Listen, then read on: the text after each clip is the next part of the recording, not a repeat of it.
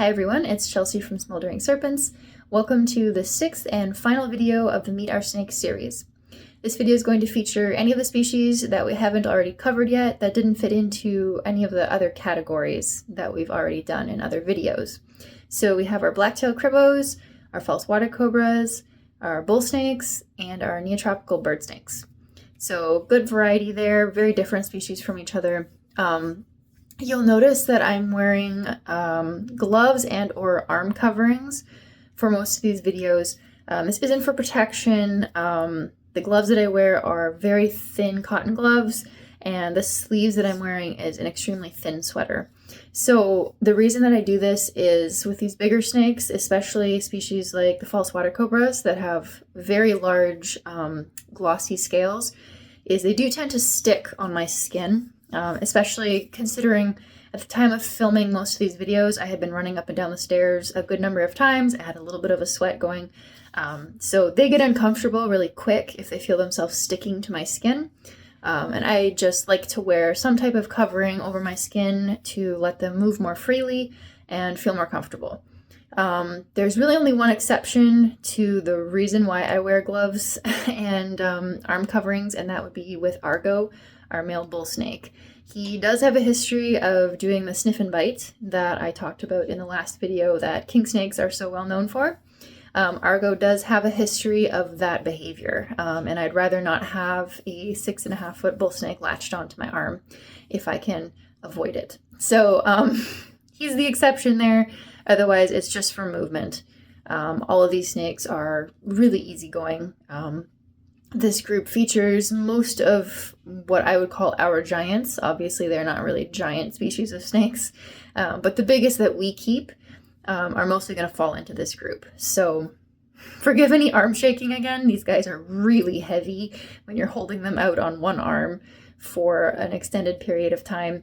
But everyone did really well. I think you'll really enjoy this video. I certainly enjoyed making it. A lot of these snakes are great with handling, but I just don't end up taking them out that often. So it was really nice to make my way through our entire home and take out every single snake in the last 2 months to film them all. I really enjoyed the process, and I'm happy to see the support that I got and the enthusiasm from you guys as you watch the videos. So this is the last one. Let's just jump right in. Alright, we're going to start with our adult female bull snake. This is Zira. She's 2015, so she's 10 years old. She is typically around 2,500 grams. She is quite thin in this video.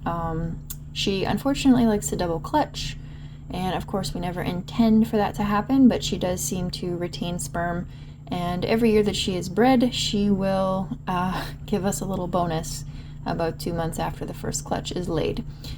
So we would obviously prefer to avoid that. It's pretty common with bull snakes.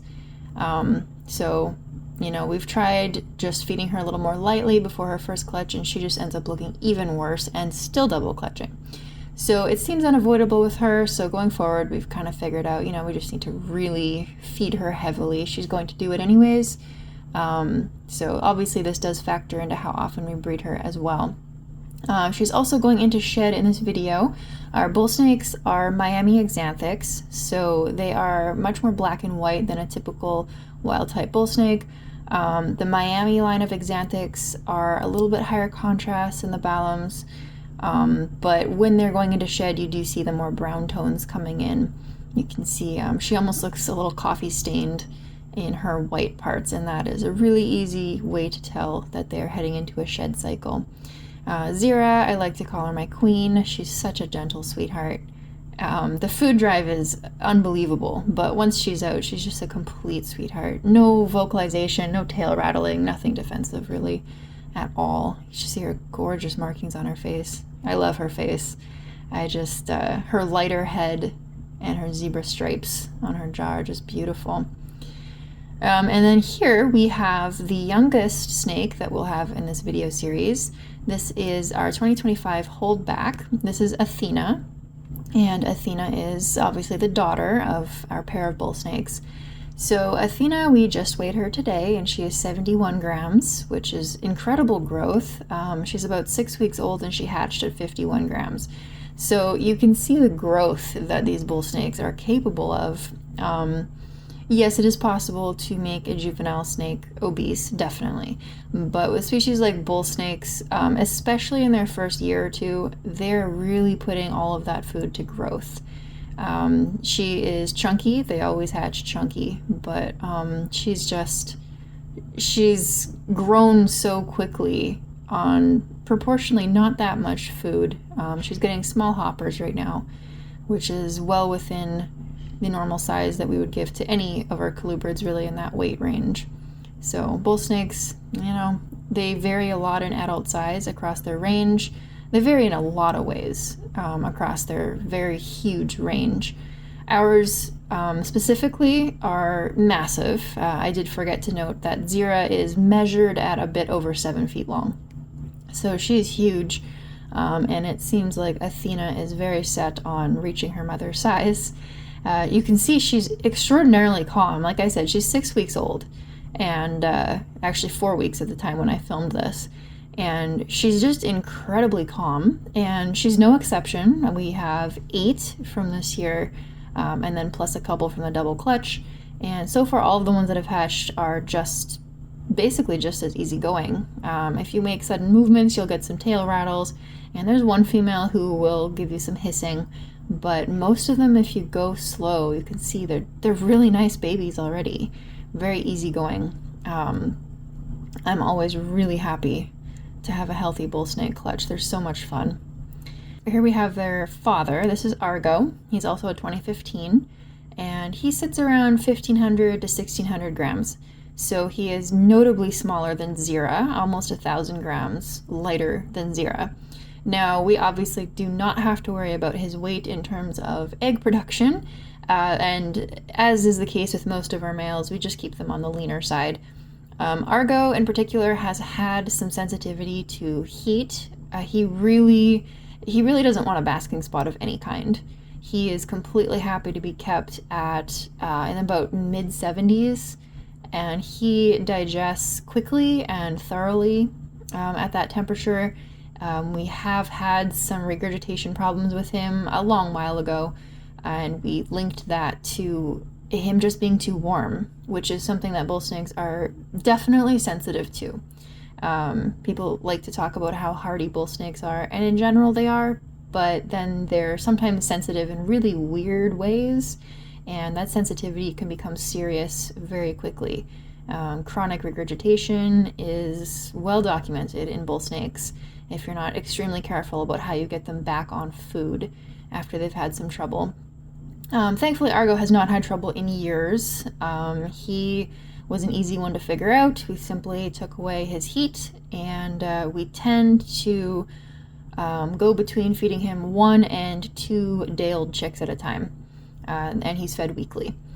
So just in comparison, Zira will eat either 3 chicks, or she will get a large rat.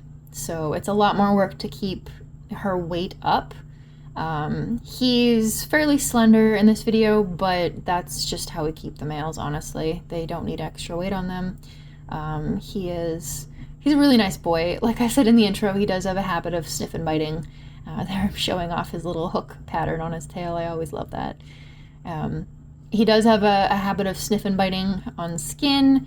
So this is really the only snake I'm using the skin covering as kind of form of protection. I wouldn't do much if he actually did bite me, because their jaws are fairly strong and their teeth are not short. So I would definitely feel it if he did bite me, but this just entirely prevents him from even wanting to. It just keeps everybody more comfortable and less on edge.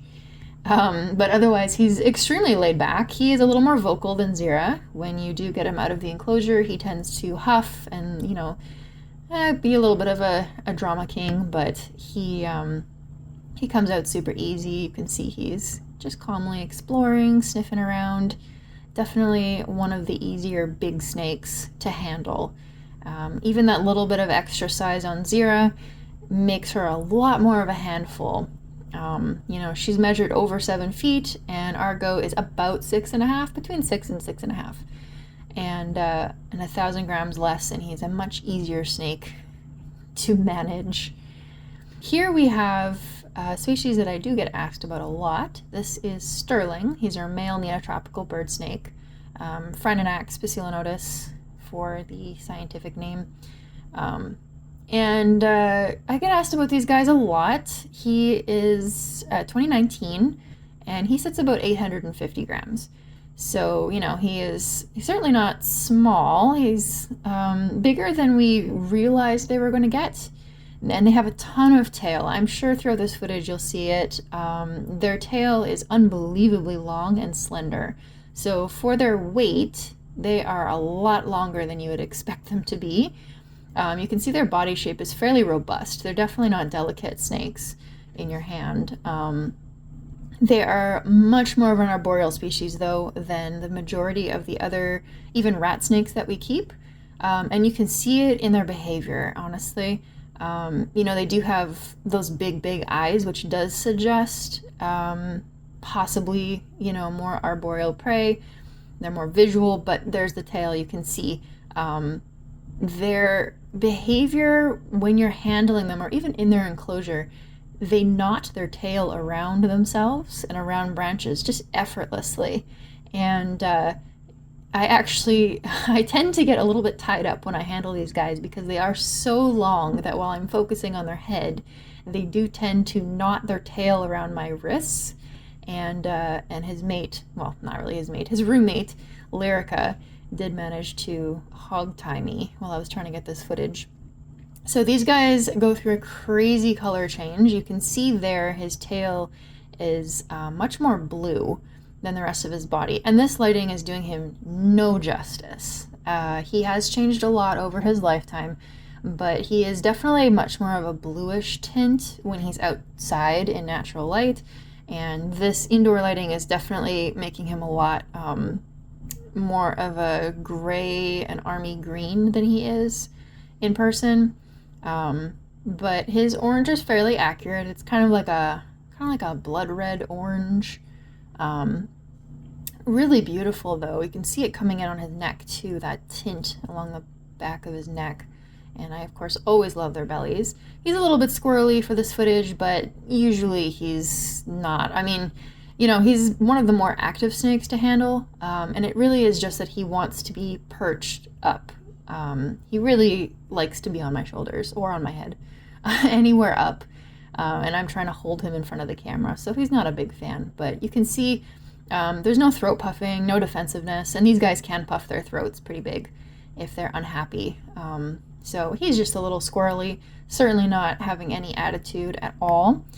These guys, we feed them basically only chicks. Occasionally we'll give them a mouse, but very, very rarely. They've been doing amazing on a basically bird-only diet.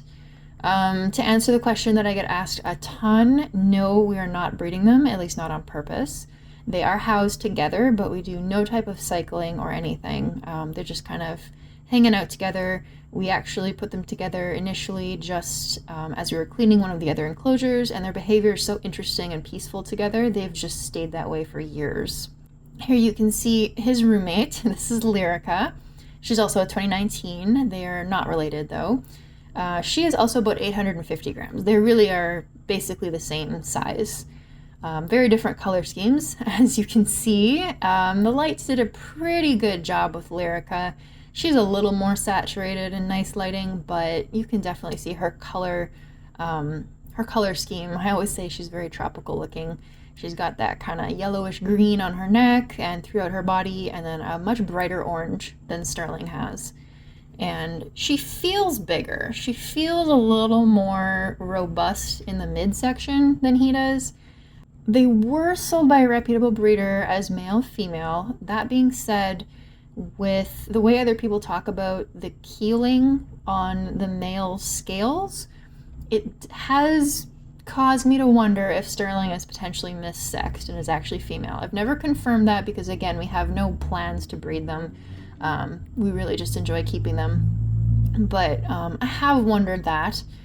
That being said, either way, we really enjoy keeping these snakes. They're incredibly rewarding to keep in more complex enclosures.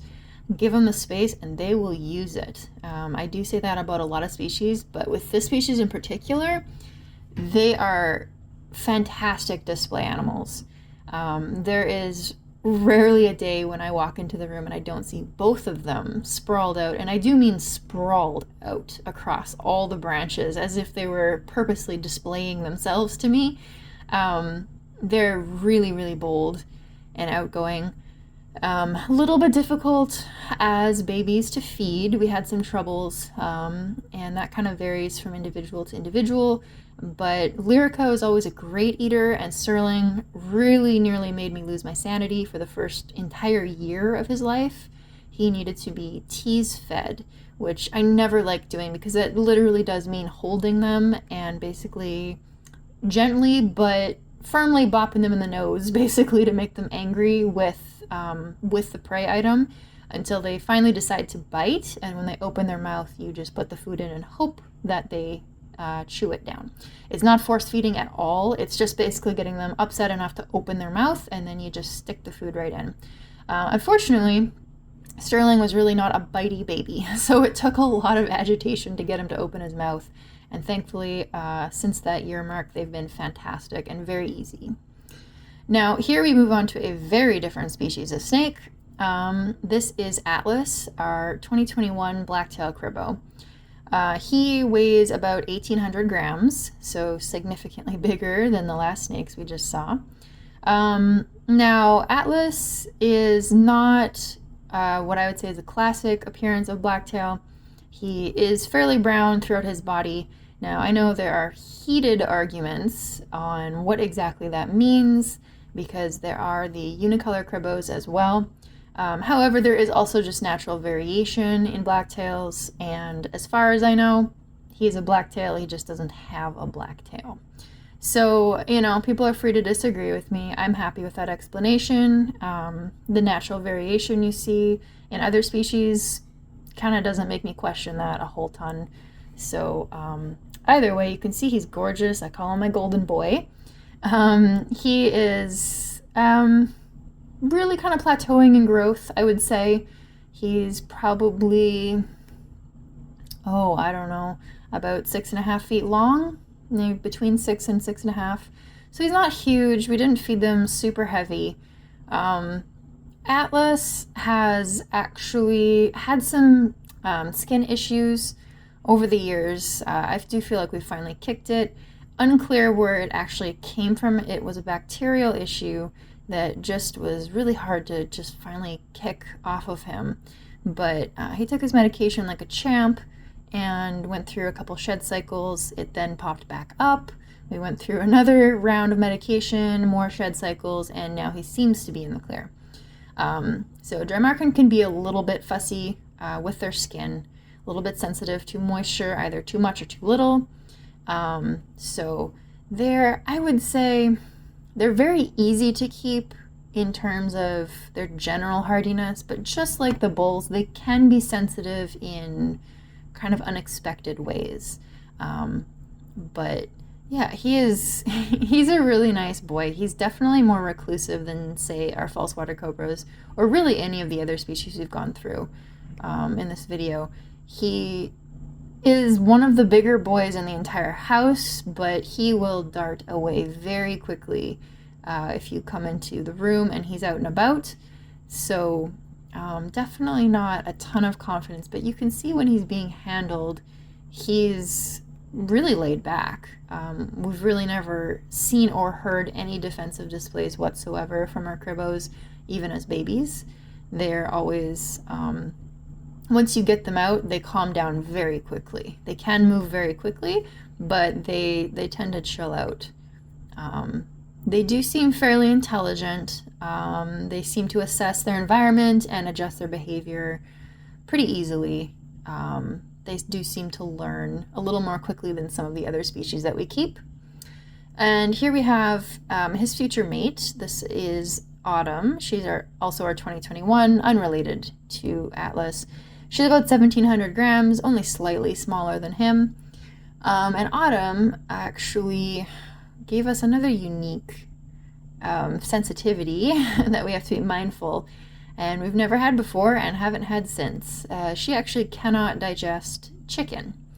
So we started noticing this when they got to the size where we were starting to feed them day-old chicks. And Atlas loves his chickens. He's still on a regular. His meals are often just a plate of day-old chicks. Usually 3 to 4 at a time.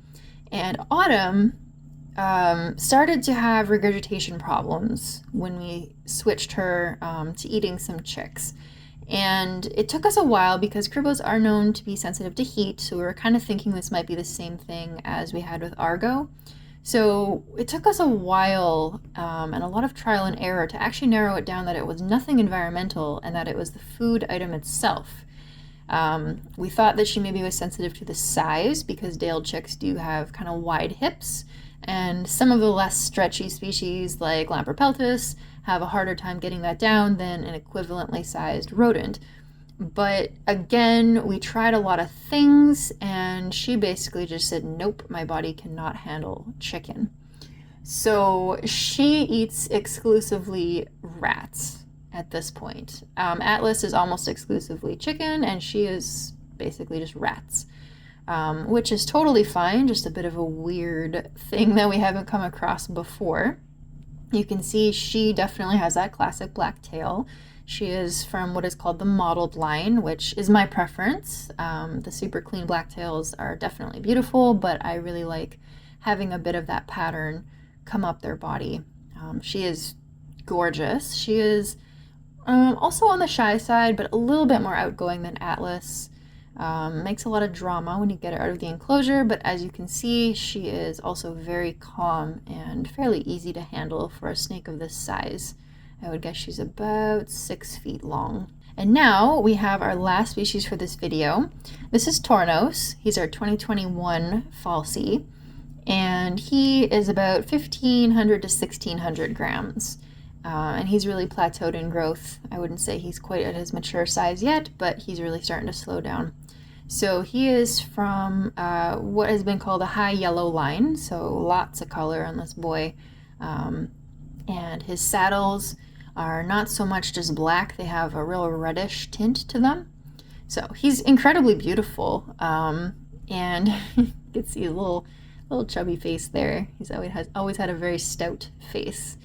So Toranos is, I would say, about 5.5 feet long, and he's a little more easygoing than our female in his enclosure. He doesn't quite come blasting out looking for food as quickly as she does, but both of them are very easy to handle.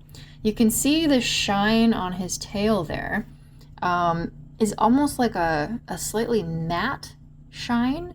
And I find that Tempest is a little more glossy than him. So there's just these differences that are interesting to me between these two. There's such a contrast to each other. Yeah, so Toranos, he eats on average 2 chicks every week. Falsies they can be a bit tough to tell body condition because they are definitely a heavier set and squishier snake naturally. So you're definitely not going to get that that slender, lean, muscular look that you'll get in like a rat snake. You're never going to get that with a falsie. So we've kind of learned with these guys as they grow, and I think we're pretty happy with how they look and with how they're doing. We're building some really big enclosures for them. Toranos is going to be in a 7-foot enclosure. He is a little more active, a little less active than Tempest. So we are giving him proportionally a little bit less space. She will be in a 14-foot enclosure, and I anticipate she's going to use every bit of that space. We get a lot of people asking if we have water features for our falsies. We do not. Neither of our falsies is particularly interested in water. They have both had water, I wouldn't say bowls, more like giant tubs big enough for them to swim. They've had access to this in the past, and neither of them were really interested at all. So we stopped doing that. We still give them water dishes that are big enough they could they could get in there if they wanted to, but they're not going to be able to actively swim because they just kind of showed us that's not something they're particularly interested in. Yeah, they're really easy snakes to keep, I find. They seem to tolerate a fairly wide range of conditions, both temperature and humidity. We always provide them with humid hides, so I'm not sure if that's part of the reason why they're not caring too much for the water. I really don't know, or if it's just simply a preference. But either way, they're a lot of fun, always out. I mean, if we don't see them out, we know they're in shed and they're in their humid hide. That's how consistently they are out and about, moving around. You can see how calm he is, because these guys are tornadoes in the enclosure when you go to feed them. Even when you go to get them out, there's tail whipping, flaring, and then you get them out and they're just super sweet. Thankfully, because you can see the size of Tempest here. Tempest is by far our biggest snake that we have right now. She's a 2020, so she's 5 years old, and she is just over 3,000 grams. So she is by a good bit our heaviest snake. She is probably about the same length as Zira, so right at the 7-foot mark.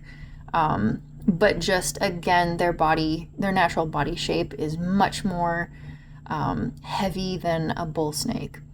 So it's a little bit hard to keep a handle on her at this point, because I do want to support her whole body, but she's just so much snake.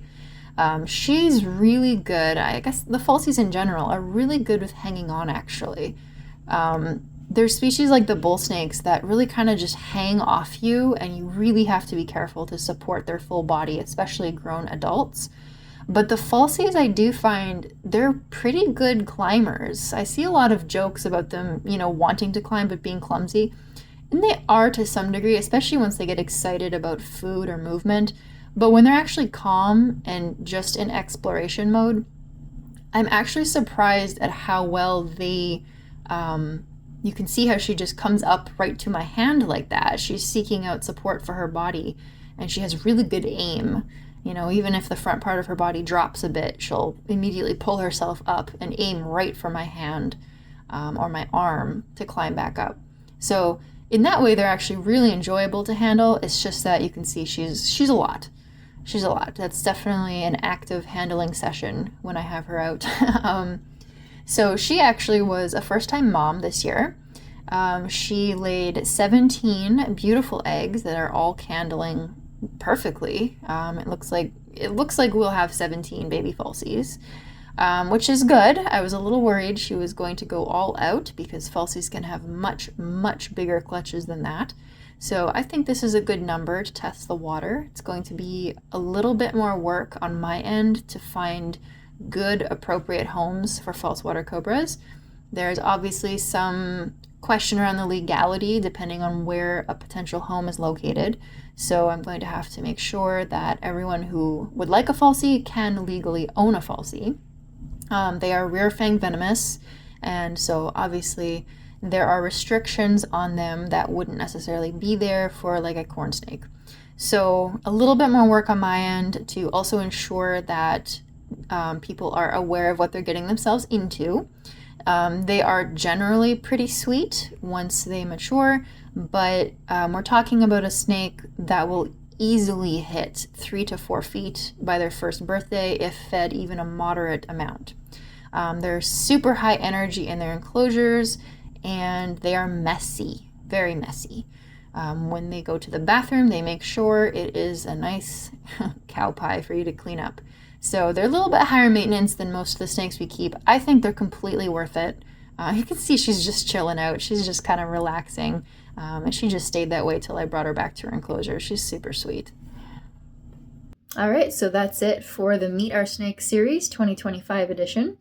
I'm actually really happy with myself for getting this done. There were definitely moments where I questioned my sanity jumping back into the YouTube world right now. It definitely took a lot of time, even my minimal editing, and really not too much flair added at all. Even that takes a lot of time to film and clip and put together nicely. So I'm just really happy with the finished product. I think all the videos turned out really nice. I hope you guys enjoyed it. I've really appreciated the comments and the engagement that I've been getting from it. It's really encouraging to make some more content. I do really enjoy it. It's really mostly just finding the time to do it. So that being said, as far as what's next, there will be no new videos coming out for about 2 months. And then after that, into October, November, I definitely have some plans for some videos that I have been wanting to make for a very long time. They're going to be more in-depth videos, not series like this. They're going to be standalone videos. And if you guys have any ideas, for something that might be worthwhile for me to make, I am more than happy to consider it. Right now I have, just as examples, the biggest one that I would really like to do is just exploring the concept of what does it mean to be an ethical breeder. And this is in no way going to be a checklist of what I think other people should do. This is entirely going to be a video explaining the choices that we make and why we make them. And basically what guides us in our decisions of, what it means to be an ethical breeder and how to do this in a way that we feel good about. So it's going to just very much be an explanation video of our own choices. So I'm excited for that one, but that one is going to be long. Hopefully interesting, but that one is definitely going to be a little bit more work to do. It's a topic that deserves me being thorough when I speak about it. There's other things like how we feed our snakes. Again, no guides. Every one of my videos I've put out, I've tried to be very clear. I am not making any claims about how other people should do things. I am just simply putting out content showing how we do things and trying to explain why. So I've had a lot of requests for feeding advice, and I'd like to put together a detailed video about that. And then we have some other things like more specific practices that we do as breeders, just getting into some of these choices a little more in depth. I know I've done one on egg cutting before. So just kind of shorter videos like that just gets kind of more into the nitty-gritty of specific topics to do with breeding snakes. And keeping in general. I would really like to do one that focuses on the layout of our enclosures and how to make use of an enclosure space. Basically how to make it usable for the snake, not just empty space, because this is something I see a lot with enclosures that may technically be a great size, but it's mostly empty air. So this is something I'm really mindful when we set up our enclosures. I'm really mindful of this. So I would like to make a video kind of going through my thought process on how to make these homes for our snakes as usable and beneficial as possible. So these are just some ideas that I've had. I have some notes and scripts written up for a couple of these already. So I'm hoping in a couple months I'll be able to just jump right back in and put out some interesting content. So all that being said, again, I hope you guys enjoyed the series. Thank you for watching along as I post them, and yeah, I'll see you guys in the fall.